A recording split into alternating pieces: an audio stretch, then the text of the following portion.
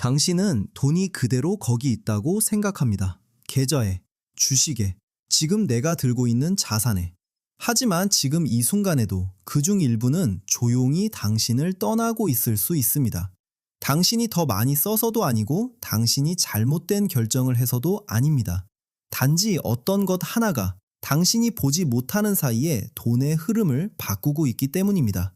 가장 위험한 건 이게 시끄럽게 일어나지 않는다는 겁니다. 아주 평범하게 일어납니다. 당신은 여전히 평소처럼 살고 여전히 평소처럼 소비합니다. 그런데도 월말이 되면 돈이 더 빨리 사라집니다. 왜 이런 걸까요? 그 돈은 어디로 가고 있을까요? 이 영상에서 그 흐름을 보여드리겠습니다. 그리고 그걸 보게 되면 왜 어떤 사람은 이유도 모른 채 돈을 잃고 있는지, 그리고 왜 어떤 사람은 이미 한 발 앞서 움직이기 시작했는지 이해하게 될 겁니다. 방금 제가 한 가지 질문을 드렸죠. 돈은 어디로 가고 있을까요? 그 질문에 답하기 전에 먼저 하나 짚고 넘어가야 할 게 있습니다. 지금 대부분의 사람들은 같은 걸 잘못 이해하고 있습니다. 전쟁이 터지고 시장이 떨어지면 그건 곧 위기라고 생각합니다. 그리고 위기니까 지금은 기다리는 게 맞다고 생각하죠. 듣기에는 아주 합리적입니다. 하지만 바로 그 해석이 문제입니다. 그 해석은 틀렸습니다. 위기는 전쟁 때문에만 오는 게 아닙니다. 같은 전쟁을 봐도 돈을 잃는 사람이 있고 지켜내는 사람이 있고 그 사이에서 오히려 자산을 더 키우는 사람도 있습니다. 차이는 사건에 있지 않습니다. 그 사건을 어떻게 해석하느냐에 있습니다. 한번 떠올려 보세요. 팬데믹이 가장 심각했을 때 현실에서는 모두가 불안했습니다. 그런데 시장은 이미 먼저 움직이기 시작했습니다. 상황은 끝나지 않았고 두려움도 그대로였지만 가격은 이미 방향을 바꾸고 있었죠. 항상 그렇습니다. 시장은 모든 게 안정된 다음에야 움직이기 시작하지 않습니다. 항상 먼저 움직입니다. 그래서 요즘 많은 사람들이 이렇게 말합니다. 지금은 그냥 기다리자. 안전해 보이죠? 하지만 많은 경우 그게 가장 비싼 선택이 됩니다. 확실해지면 들어가겠다는 말은 결국 이런 뜻입니다. 가격이 이미 올라간 뒤에야 그제야 믿겠다는 거죠. 그리고 믿을 수 있게 되었을 때는 이미 안전한 구간이 많이 줄어든 뒤입니다. 이게 바로 함정입니다. 사람들이 돈을 잃는 건 뉴스를 잘못 읽어서가 아닙니다. 사람들이 돈을 잃는 건 모든 게 명확해질 때까지 기다려야 한다고 믿기 때문입니다. 하지만 시장은 그렇게 움직이지 않습니다. 그래서 이제 질문을 바꿔야 합니다. 전쟁이 끝난 뒤에야 시장을 보실 건가요? 아니면 한 발 앞서서 돈이 어디로 흐르고 있는지 먼저 보실 건가요? 왜냐하면 그 흐름은 이미 시작됐기 때문입니다. 제가 이미 말씀드렸습니다. 그 돈의 흐름은 이미 움직이기 시작했습니다. 그렇다면 이제 우리는 한 가지를 정면으로 봐야 합니다. 지금 이 순간 시장에서는 도대체 무슨 일이 벌어지고 있을까요? 겉으로 보면 아주 단순합니다. 전쟁이 터지고 유가가 오르고 인플레이션이 자극되고 금리는 다시 압력이 되고 그래서 시장이 하락한다. 듣기에는 완전히 맞는 이야기입니다. 뉴스도 그렇게 말하죠. 하지만 실제로 지금 가격을 끌어내리고 있는 건 그런 뉴스만이 아닙니다. 다른 무언가가 함께 작동하고 있습니다. 그리고 대부분의 사람들은 그걸 보지 못합니다. 첫 번째는 자동 매도입니다. 지금의 시장은 더 이상 사람이 앉아서 고민한 뒤 버튼을 누르는 곳이 아닙니다. 많은 거래가 조건에 의해 돌아갑니다. 가격이 특정 수준에 닿고 지지선이 깨지고 신호가 나오면 프로그램이 바로 매도합니다. 망설임도 없고 감정도 없고 기업이 좋은지 나쁜지도 묻지 않습니다. 조건만 맞으면 그냥 팝니다. 문제는 여기서 시작됩니다. 하나의 매도가 나오면 다른 시스템들도 같은 신호를 감지합니다. 그리고 연쇄적으로 반응합니다. 그렇게 하락 속도가 비정상적으로 빨라집니다. 보신 적 있으시죠? 어떤 날은 이유를 알 수 없을 정도로 가격이 급하게 무너집니다. 몇 분 사이에 경제가 갑자기 나빠진 게 아닙니다. 시스템이 시스템을 밀어내고 있는 겁니다. 하지만 그게 끝이 아닙니다. 또 하나의 압력이 있습니다. 바로 강제 청산입니다. 시장에 있는 많은 사람들은 보이지 않는 줄 하나에 묶여 있습니다. 평소에는 느껴지지 않지만 가격이 어느 수준까지 떨어지면 그 줄이 팽팽해집니다. 그리고 끊어지는 순간 시장은 당신이 진정할 때까지 기다려주지 않습니다. 증권사도 설명을 들으려 하지 않습니다. 포지션을 잘라냅니다. 자동으로. 그 순간에는 좋은 주식인지 나쁜 주식인지 아무 의미가 없습니다. 팔 수 있는 건 다 팔립니다. 그래서 어떤 때는 좋은 기업까지도 이유 없이 같이 무너지는 겁니다. 많은 사람들이 차트를 보면서 자기가 잘못 선택했다고 생각합니다. 하지만 실제로는 당신이 틀린 게 아니라 시스템이 모두를 함께 떨어뜨리는 구간에 서 있었을 뿐입니다. 자동 매도와 강제 청산이 동시에 작동하면 시장에는 이상한 장면이 나타납니다. 이유 없어 보이는 급락입니다. 사람들은 서둘러 이유를 찾습니다. 언론은 원인을 붙이고 SNS에서는 논쟁이 시작됩니다. 하지만 사람들이 왜 이렇게 떨어졌지? 라고 묻는 동안 수면 아래에서는 이미 한 사이클이 거의 끝나가고 있습니다. 그래서 가장 깊은 하락은 오히려 모두가 가장 혼란스러울 때 나타나는 경우가 많습니다. 그리고 또 하나의 흐름이 있습니다. 더 크고 더 무겁고 훨씬 더 차가운 흐름입니다. 외국인 자금입니다. 큰 돈은 방향을 바꿀 때 우리처럼 조금씩 움직이지 않습니다. 덩어리로 움직입니다. 한 달 사이에 수십조 원이 이동하기도 합니다. 한 종목이 아니라 한 그룹이 아니라 자산 배분의 방향 자체가 바뀌고 있는 겁니다. 여기까지 들으면 많은 사람들이 더 불안해집니다. 이렇게 생각하죠. 한국이 너무 위험해져서 돈이 빠져나가는 건가? 하지만 꼭 그런 건 아닙니다. 여기서 중요한 건 구분입니다. 어떤 시기에는 자금이 빠져나가는 이유가 한 나라가 무너지기 직전이어서가 아니라 글로벌 자산 배분 지도가 다시 그려지고 있기 때문입니다. 비중이 바뀌면 돈은 움직입니다. 차갑게, 기계적으로, 그리고 매우 빠르게. 그래서 단순히 외국인 매도만 보고 모든 게 무너진다고 결론 내린다면 아직 이르다고 볼 수도 있습니다. 한번 정리해 볼까요? 가격이 떨어지는 건 단순히 악재 때문만이 아닙니다.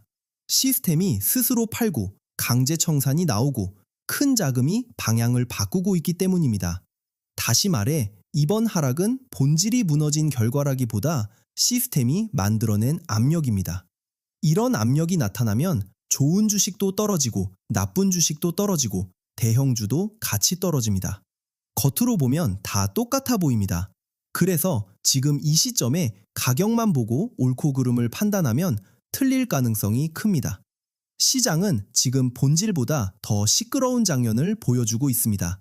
그렇다면 이제 남은 질문은 하나입니다. 이게 시스템의 반응이라면 시장은 언제 방향을 바꾸게 될까요? 제가 방금 질문 하나를 남겼습니다.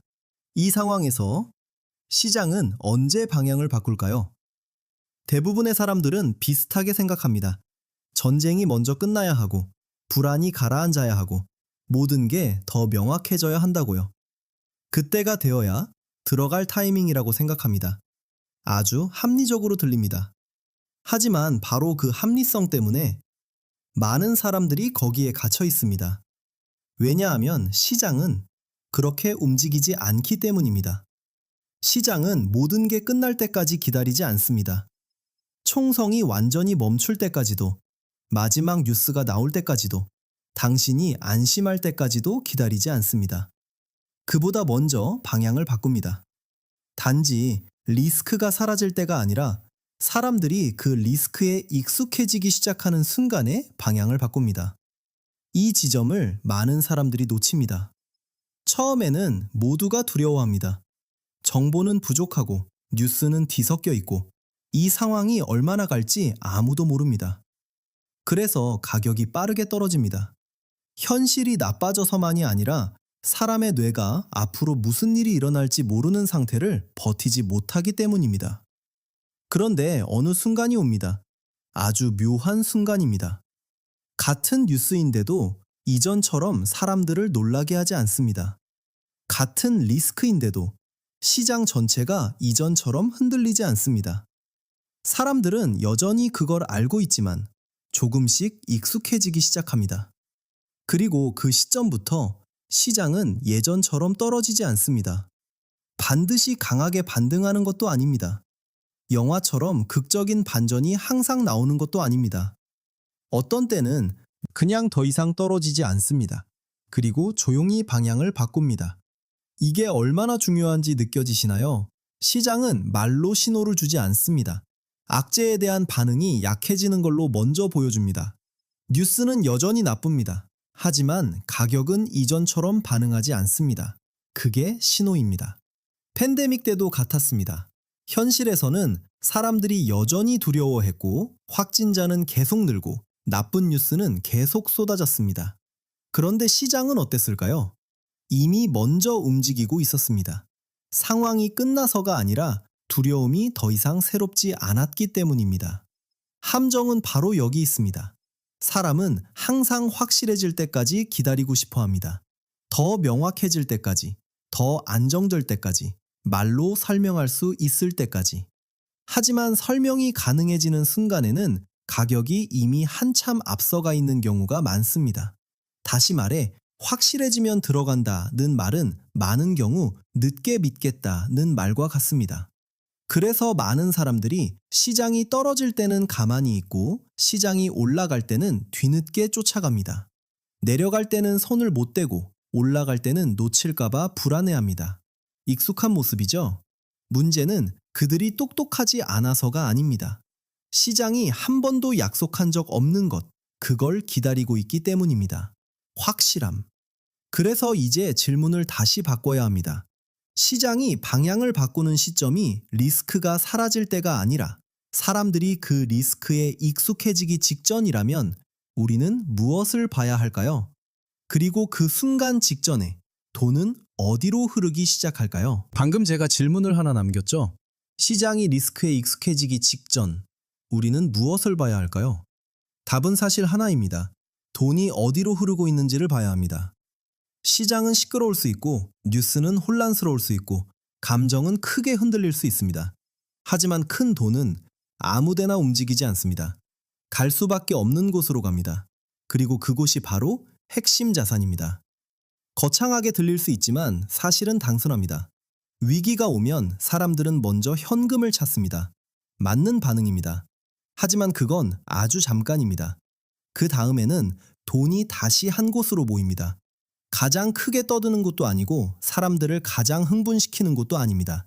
진짜로 수익을 만들어내는 곳입니다. 사이클을 버틸 수 있는 곳, 쉽게 대체되지 않는 곳, 시간이 갈수록 더 중요해지는 곳, 그게 핵심 자산입니다. 이렇게 생각하시면 쉽습니다. 어떤 자산은 매년 돈을 벌어옵니다. 한 번의 운이 아니라 한 분기의 반짝이 아니라 반복해서 수익을 만들어낼 수 있습니다. 어떤 자산은 시장도 쉽게 바꿀 수 없습니다. 하나의 시스템 중심에 있기 때문입니다. 그리고 어떤 자산은 시간이 지날수록 그 역할이 더 커집니다. 이 세 가지를 모두 갖춘 자산이라면 결국 돈은 다시 그쪽으로 돌아옵니다. 반대로는 어떨까요? 겉으로는 매력적으로 보이지만 위기가 오면 사라지는 자산들도 많습니다. 수익은 불안정하고 누구나 대체할 수 있고 관심이 사라지면 같이 사라집니다. 이게 차이입니다. 한쪽은 돈이 머무는 곳이고 다른 한쪽은 돈이 스쳐 지나가는 곳입니다. 그렇다면 지금 돈은 어디로 가고 있을까요? 방향은 이미 꽤 분명합니다. 첫 번째 흐름은 반도체와 AI입니다. 이건 더 이상 하나의 산업 이야기가 아닙니다. 모든 산업이 이 위에 올라타고 있습니다. 제조도 필요로 하고 서비스도 필요로 하고 방위도 필요로 하고 일상 기기까지도 점점 필요로 합니다. 여기서 많은 사람들이 오해합니다. 기술이 더 효율적이 되면 하드웨어 수요가 줄어들 거라고 생각합니다. 그럴듯하게 들립니다. 하지만 현실은 반대로 가는 경우가 많습니다. 기술이 더 싸지고 더 빨라지고 더 쉬워지면 사용자가 줄어드는 게 아니라 오히려 더 늘어납니다. 이게 핵심입니다. 비용이 내려가면 문이 열리고 문이 열리면 들어오는 사람이 늘어나고 사람이 늘어나면 뒤에 있는 인프라 수요가 더 커집니다. 그래서 이건 선택이 아닙니다. 기반입니다. AI의 형태는 바뀔 수 있고 소프트웨어의 사용 방식도 바뀔 수 있지만 그 뒤에는 항상 컴퓨팅, 메모리, 칩, 전력이 필요합니다. 큰 돈은 그걸 봅니다. 하루짜리 뉴스가 아니라 미래 전체가 올라설 기반을 봅니다. 두 번째 흐름은 에너지와 인프라입니다. 이렇게 생각해 보세요. 전쟁은 뉴스에서는 멈출 수 있습니다. 하지만 파괴된 것들은 저절로 복구되지 않습니다. 전력망은 스스로 회복되지 않고 공장은 저절로 돌아가지 않으며 도로도 스스로 만들어지지 않습니다. 전기가 부족한데 말로 채울 수는 없습니다. 결국 돈이 들어가야 합니다. 그리고 단순한 돈이 아닙니다. 장기 프로젝트, 대형 계약, 한 번 시작되면 연쇄적으로 자본이 따라붙는 구조입니다. 여기서 많은 사람들이 놓치는 게 있습니다. 위기는 파괴만 하는 게 아닙니다. 세상을 다시 짓게 만듭니다. 그리고 재건이 시작되면 돈은 항상 에너지로 먼저 흐릅니다. 전기가 없으면 그 다음은 아무것도 진행되지 않기 때문입니다. 인프라가 없으면 회복이라는 말 자체가 의미가 없습니다. 그래서 전쟁 이후 돈은 감정이 아니라 먼저 복구가 필요한 곳으로 갑니다. 세 번째 흐름은 국방입니다. 차갑게 들릴 수 있지만 현실은 더 차갑습니다. 위험이 현실이 되는 순간 국가들은 논쟁할 수는 있어도 그 이후에는 지출을 줄이지 않습니다. 오히려 더 늘립니다. 한 번 방어의 공백을 경험하면 그 공백을 다시 드러내고 싶어 하지 않기 때문입니다. 아주 현실적인 심리입니다.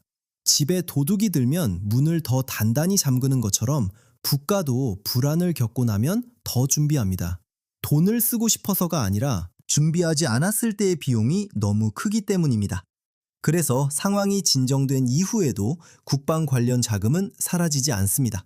제도화되고 예산이 잡히고 길게 이어지면서 새로운 정상 상태가 됩니다. 보이시나요? 어떤 산업은 기대감으로 움직이지만 어떤 자금은 조직된 두려움 위에서 움직입니다. 국방은 그 뒤에 있습니다. 네 번째 흐름은 에너지 저장입니다. 덜 극적이지만 매우 중요한 연결고리입니다. AI도 전기가 필요하고 공장도 필요하고 데이터 센터도 필요하고 전기차도 필요합니다.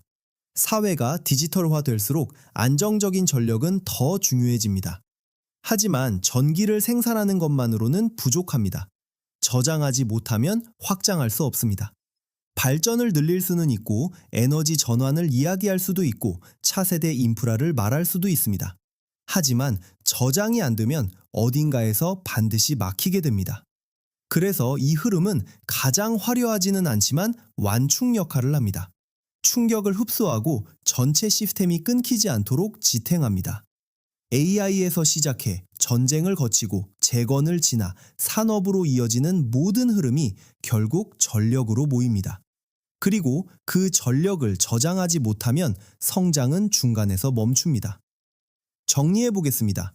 돈은 감정을 따라 움직이지 않습니다. 구조를 따라 움직입니다. 반복해서 수익을 낼 수 있는 곳으로, 세상이 무시할 수 없는 곳으로, 어려울수록 더 중요해지는 곳으로 갑니다. 그래서 돈이 어디로 가고 있는지를 묻는다면 답은 하나의 종목이 아니라 네 가지 흐름입니다. 반도체와 AI, 에너지와 인프라, 국방, 에너지 저장. 이건 흥분하라고 주는 리스트가 아닙니다. 지도입니다. 여기서 가장 중요한 건 이것입니다. 위기는 돈이 사라지는 시기가 아닙니다. 돈이 재배치되는 시기입니다. 누군가는 화면의 빨간색만 보고 누군가는 자금의 방향 변화를 봅니다. 차이는 여기서 시작됩니다. 하지만 진짜 문제는 알고 모르고의 문제가 아닙니다. 이겁니다. 이 흐름을 보고도 왜 대부분의 사람들은 움직이지 못할까요? 여기까지 오면 우리는 돈의 흐름을 봤습니다. 적어도 겉으로는 말이죠. 어디에서 빠져나오고 있는지, 어디로 모이고 있는지. 그런데 한 가지 이상한 점이 있습니다. 돈은 움직일 준비를 하고 있는데 사람들은 오히려 점점 더 불안해집니다. 가격은 떨어지고 뉴스는 더 나빠지고 분위기는 더 무거워집니다. 그리고 두려움은 점점 커집니다. 왜 그럴까요? 왜 같은 정보를 보면서도 어떤 사람은 리스크만 보고 시장은 전혀 다른 방향을 조용히 준비하고 있을까요? 이 부분이 핵심입니다.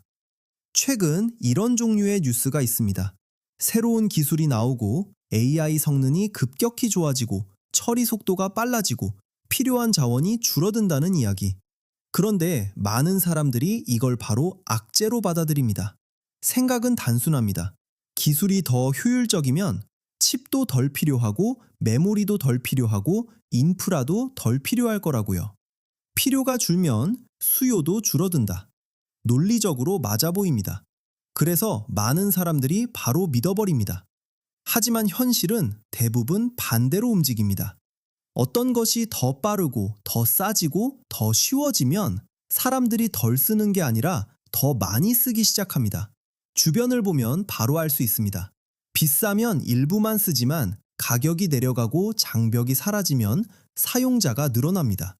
사용자가 늘어나면 서비스가 늘어나고 서비스가 늘어나면 그 뒤에 있는 전체 수요가 한 단계 더 커집니다. 그래서 겉으로는 위협처럼 보이는 것이 오히려 시장을 다음 단계로 밀어올리는 방아쇠가 되기도 합니다. 많은 사람들이 여기서 착각합니다. 효율이 올라간다를 보고 필요가 줄어든다고 생각합니다. 하지만 현실에서는 효율이 올라갈수록 사용량이 더 늘어나는 경우가 많습니다. 문이 넓어지고 들어오는 사람이 많아지고 그 뒤에 전체 수요가 커집니다. 그래서 하나의 헤드라인만 보고 새로운 기술이 전체 생태계를 축소시킬 거라고 결론 내린다면 오히려 반대로 보고 있을 수도 있습니다. 어쩌면 당신은 수요를 폭발시킬 바로 그 요소를 두려워하고 있을지도 모릅니다. 그래서 말씀드리는 겁니다. 이건 단순한 뉴스의 문제가 아닙니다. 그 뉴스를 사람들이 어떻게 해석하느냐의 문제입니다. 시장은 처음에 항상 비슷합니다. 새로운 게 나오면 의심부터 하고 기존 구조를 바꾸면 먼저 두려워합니다. 그래서 가격이 먼저 흔들립니다. 하지만 그 흔들림이 항상 추세가 나빠졌다는 뜻은 아닙니다. 오히려 큰 변화를 소화하는 과정일 수도 있습니다. 대부분은 그렇게 보지 않습니다. 대부분은 늘 같은 행동을 합니다. 가격이 떨어지면 이유를 찾기 시작합니다. 그리고 그럴듯한 이유를 찾으면 거기에 매달립니다. 그게 진짜 원인이라고 믿습니다. 익숙하죠? 전쟁 때문에 떨어졌다. 기술 때문에 떨어졌다. 이 리스크 때문에, 저 위험 때문에.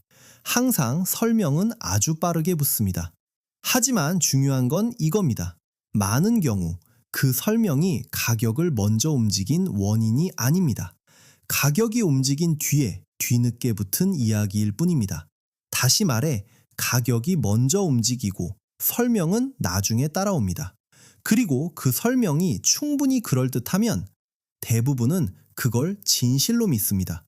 이게 진짜 함정입니다.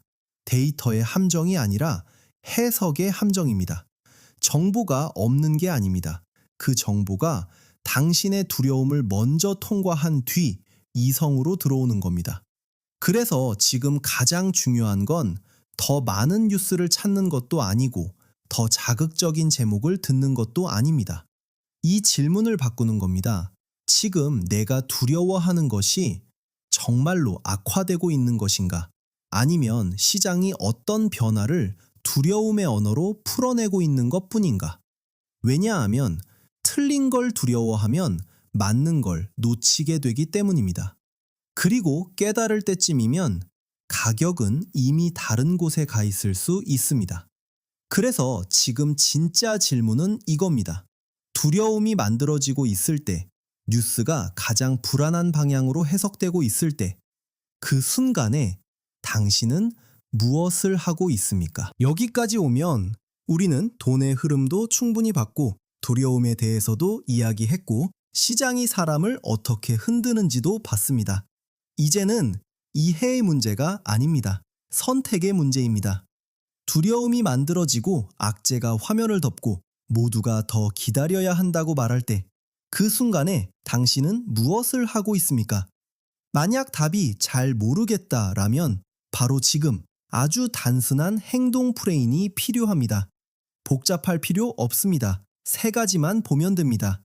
지금, 조건, 그리고 실행. 먼저 지금입니다. 지금은 시장에서 가장 불편한 구간입니다. 방향은 불확실하고 뉴스는 계속 바뀌고 아침과 저녁이 다른 이야기처럼 느껴집니다. 감정도 흔들립니다.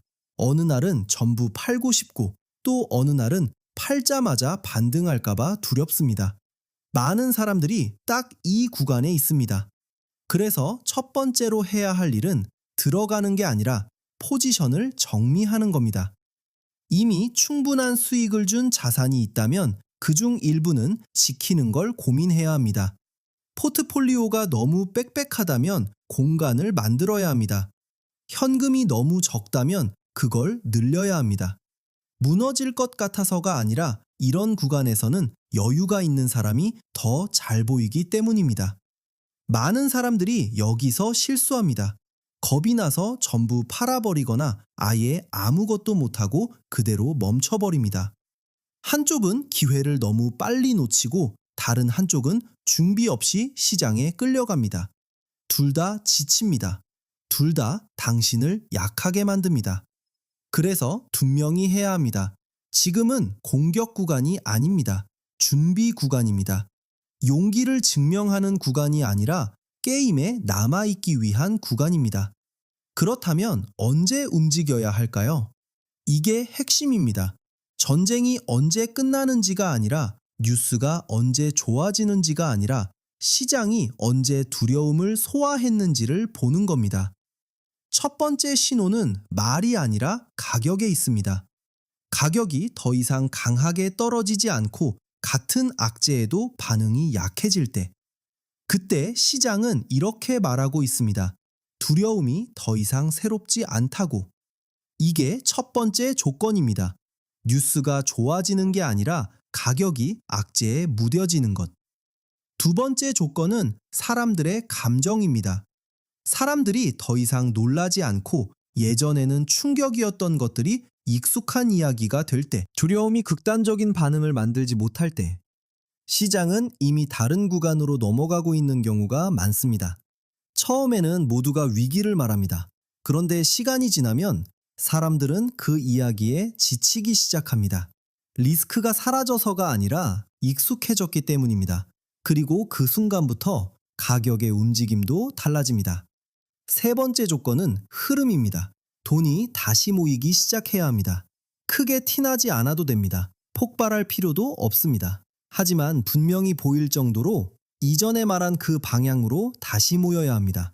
핵심 자산, 필수 인프라, 세상이 계속 돈을 써야 하는 구조, 가격이 안정되고 사람들의 반응이 줄어들고 돈이 조용히 모이기 시작하면 이 세 가지가 함께 나타날 때 그게 시작입니다. 끝이 아니라 시작입니다. 그리고 마지막 단계입니다. 어떻게 실행할 것인가? 여기서는 더 단순해야 합니다. 한 번에 들어가지 않습니다. 올인하지 않습니다. 내가 반드시 맞아야 한다고 베팅하지 않습니다. 나누어서 들어갑니다. 여러 번에 걸쳐 들어갑니다. 목표는 바닥을 정확히 맞추는 게 아닙니다. 방향을 맞추면서도 시장 변동을 버틸 수 있는 구조로 들어가는 겁니다. 이 차이가 큽니다. 많은 사람들이 투자를 정확히 들어가는 걸로 생각합니다. 하지만 이런 구간에서는 올바른 구조에 지속 가능한 방식으로 들어가는 게 더 중요합니다. 그리고 목적지는 분명해야 합니다. 오늘 가장 시끄러운 것, 가장 뜨거운 이야기를 쫓는 게 아니라 큰 돈이 결국 돌아갈 수밖에 없는 곳으로 다시 돌아가는 겁니다. 핵심 자산, 세상이 계속 돌아가는 한 돈이 지나갈 수밖에 없는 그곳. 여기서 한 가지는 꼭 기억해야 합니다. 지금 가장 중요한 건 수익이 아닙니다. 적어도 지금은 아닙니다. 가장 중요한 건 게임에서 탈락하지 않는 겁니다. 감정적인 결정으로 포지션을 잃지 말고 한 번의 공포로 방향이 드러나기 직전에 테이블을 떠나지 마십시오. 시장은 즉시 이기는 사람을 위한 게임이 아닙니다.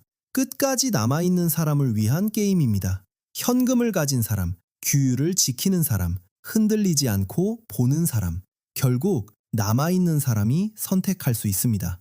그래서 마지막에는 시장은 보통 세 가지 유형만 남깁니다. 당신은 지금 어느 쪽에 서 있습니까? 마지막으로, 시장은 우리가 생각하는 것만큼 복잡하지 않습니다. 시간이 지나면 많은 사람들이 사라집니다. 사회에서 사라지는 게 아니라 이 게임에서 사라집니다. 그리고 결국 소수만 남습니다. 그 남은 사람들은 보통 세 가지 유형으로 나뉩니다. 지금 이 순간에도 그 구분은 이미 시작됐습니다.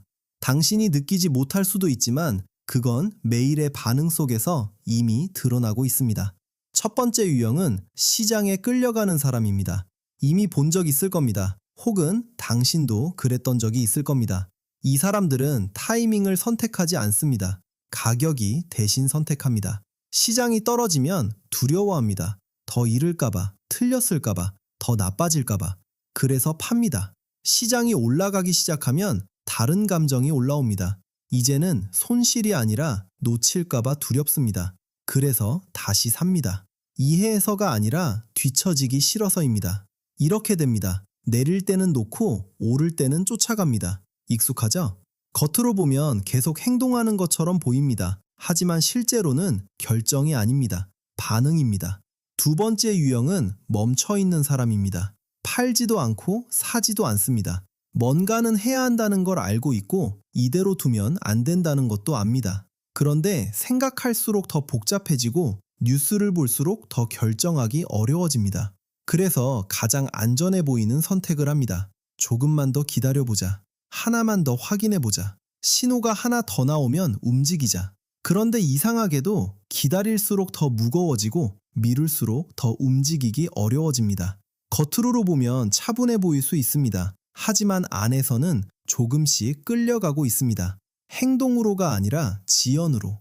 이게 가장 위험한 상태입니다. 바로 돈을 잃지는 않지만 주도권을 잃어버립니다. 세 번째 유형은 이미 준비된 사람입니다. 이 사람들은 시장을 맞추려 하지 않습니다. 자신이 옳다는 걸 증명하려 하지도 않습니다. 내일 무슨 일이 일어날지 알 필요도 없습니다. 그들이 준비하는 건 조건입니다. 헤드라인이 아니라 구조를 봅니다. 오늘의 설명이 아니라 돈의 흐름을 봅니다. 감정에 반응하지 않고 계획에 따라 움직입니다. 그래서 시장이 떨어질 때도 흔들리지 않습니다. 시장이 올라갈 때도 서두르지 않습니다. 그들의 리듬은 차트를 따라가지 않습니다. 그래서 끌려가지 않습니다. 같은 시장, 같은 뉴스, 같은 변동 속에서도 이 세 유형은 완전히 다른 방향으로 갑니다. 누가 더 똑똑해서가 아닙니다. 그 흐름 속에서 어디에 서 있느냐가 다르기 때문입니다. 이제는 피할 수 없는 질문이 하나 남습니다. 지금 이 순간 당신은 어디에 서 있습니까? 여기까지 왔다면 당신은 하나의 흐름을 봤습니다. 단순한 가격도 아니고 단순한 뉴스도 아닙니다. 조용히 방향을 바꾸고 있는 돈의 흐름입니다. 돈은 사라지지 않습니다. 한 곳을 떠나 다른 곳으로 이동할 뿐입니다. 위기도 마찬가지입니다. 모든 걸 끝내는 붕괴가 아니라 재배치의 과정입니다. 돈의 흐름이 다시 정리되고 포지션이 다시 나뉘고 남는 사람과 탈락하는 사람이 갈립니다. 이미 보셨을 겁니다. 시장은 끝을 기다리지 않습니다. 좋은 뉴스도 기다리지 않습니다. 사람들이 두려움에 익숙해지는 순간 그때 이미 움직이기 시작합니다. 그래서 먼저 준비한 사람은 항상 다른 위치에 서게 됩니다. 반대로 확실해질 때까지 기다린 사람은 이미 많이 움직인 뒤에야 그걸 보게 됩니다. 그래서 행동 방식도 분명합니다. 미리 준비하고 조건을 기다리고 흐름이 드러날 때 움직이는 것. 빠르게 이기기 위해서가 아니라 끝까지 남기 위해서입니다. 하지만 여기까지 오면 이건 더 이상 이론이 아닙니다. 아주 개인적인 문제로 돌아옵니다. 문제는 시장이 아니라 당신입니다. 이 흐름이 계속된다면 환율이 더 크게 흔들리고 금리가 더 오래 유지되고 가격이 한 번 더 요동친다면 당신의 자산은 버틸 수 있습니까? 당신은 기다릴 수 있는 위치에 있습니까? 아니면 반응할 수밖에 없는 위치에 있습니까? 결국 선택은 두 가지입니다. 하나는 흐름을 보고 한 발 먼저 움직이는 것. 다른 하나는 모든 게 분명해질 때까지 기다렸다가 뒤따라가는 것. 절대적인 정답은 없습니다. 하지만 결과는 대부분 다릅니다. 그래서 하나만 묻겠습니다. 지금 이 순간 당신은 어떤 상태에 있습니까? 준비가 되어 있다면 A라고 남겨주세요. 아직 고민 중이라면 B라고 남겨주세요. 가능하다면 이유도 함께 남겨주세요. 전부 읽겠습니다. 정답은 없지만 방향은 항상 존재합니다. 그리고 마지막으로 이건 시장 이야기만이 아닙니다. 이 흐름 속에서 당신이 어디에 서 있는지에 대한 이야기입니다.